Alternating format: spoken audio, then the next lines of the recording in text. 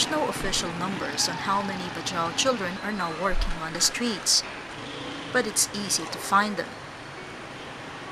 These children don't want to talk because they're afraid of the police. They come from the Bajau community that lives close to the sea.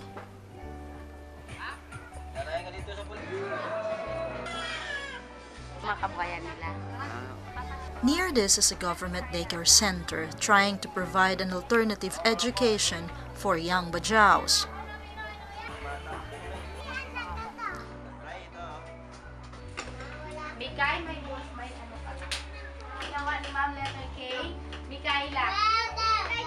Sa baba, dito.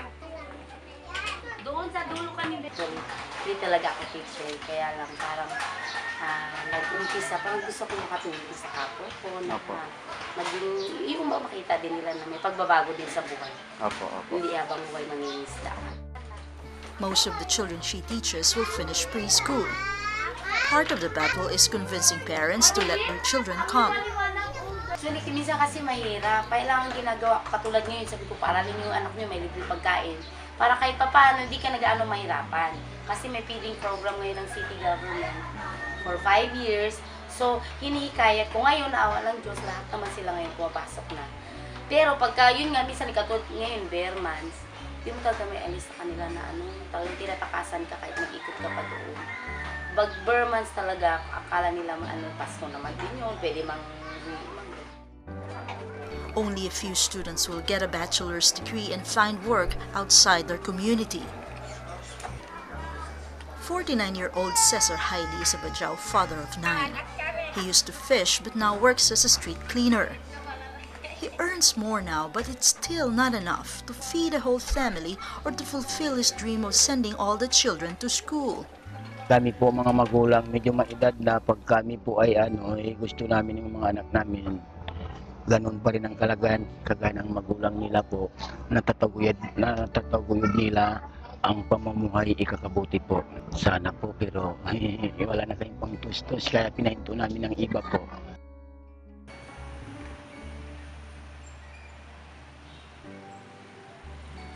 Alam mo, ilang beses na namin sinubukan yan. Ihango sila sa ganyang paraan. Hindi talaga makayanan. Hinuhuli na ng pulis, hinuhuli na... Ganun pa rin, kinabukasan na yan pa rin sila. Kung pigilan ng magulang siguro yan, hindi gagawin ng mga anak. Naging practices na nila kasi yan eh. Kasama ang ina, lola, batang maliit, manghingi. Village Chief Chofilo Mahilom says they have done various things to try and stop Bajau children from begging on the streets. Sa parte ng barangay, ang ginagawa ng barangay doon sa mga kabataan, palimos, meron po kami puntan palimos tuwing Merkulis. Sa 3 beses yan sa isang linggo hanggang Biyernes ang ginagawa namin. Parang hinuhuli namin sila pero binabalik sila sa mga kanilang mga bahay. Buburayan ang tubig. Pag nahuli sila, dinadala namin sila dito sa barangay hall para i-counseling sila isa-isa kung bakit na nagkaganyan sila, nagpapalinis sila. Tinatanong namin kung ano yung mga ginagawa ng mga magulang nila. Kung saan naman daw silang nagpapalimos, hindi naman sila inutusan. Kaya pagkatapos namin silang sinasabihan, pinapauwi din namin sila. Pinapatawag namin yung mga magulang. He claims that these efforts are somewhat successful in reducing the number of children begging because of constant monitoring and counseling of children and their parents. Sa pagka ngayon, yun nga ang lagi naming binabanggit kay Mayor Aguidor na sana bibigyan sila ng mga alternatibong mga anak buhay para lang sila, hindi na sila mapalik-balik sa kalye. Kaya lang, ang ginagawa naman ng mahal naming Mayor, minsan pinapauwi na lang sila, pero yung ginagawa talaga na mayroon silang hanap buhay, wala pa. Meanwhile, the Bajau Federation Association is offering a way out with tourism.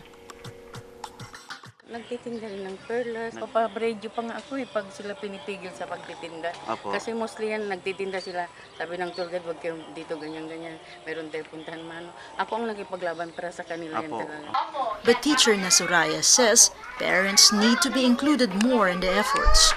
Gusto ko ba yung tutukan sila na tulungan? Halimbawa, pag Magbigay ka sa kanila ng tulong, yung parang, pinansyal. Tutukan mo sila kung mayroon kang yung trabaho na ibibigay papagawa, na on the spot, magkakaroon sila ng pera.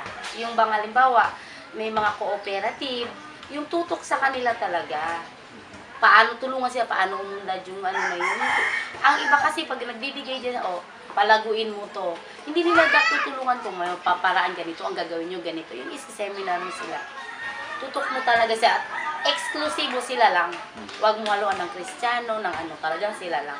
So para sila, sama-sama sila, walang kompetisyon.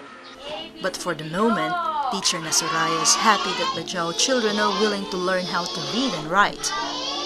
Sila rin makita na kahit paano, hindi na lang din puro mark ang ginagawa. Gusto ko rin matuto sa sumulat ng pangalan. Yun ang pinakaano. Sabi ko, marunong lang kayo sumulat ng pangalan niyo. Masaya. With Ariel Carlos in Palawan, Philippines, this is Jofel Tisorio reporting for Asia Calling.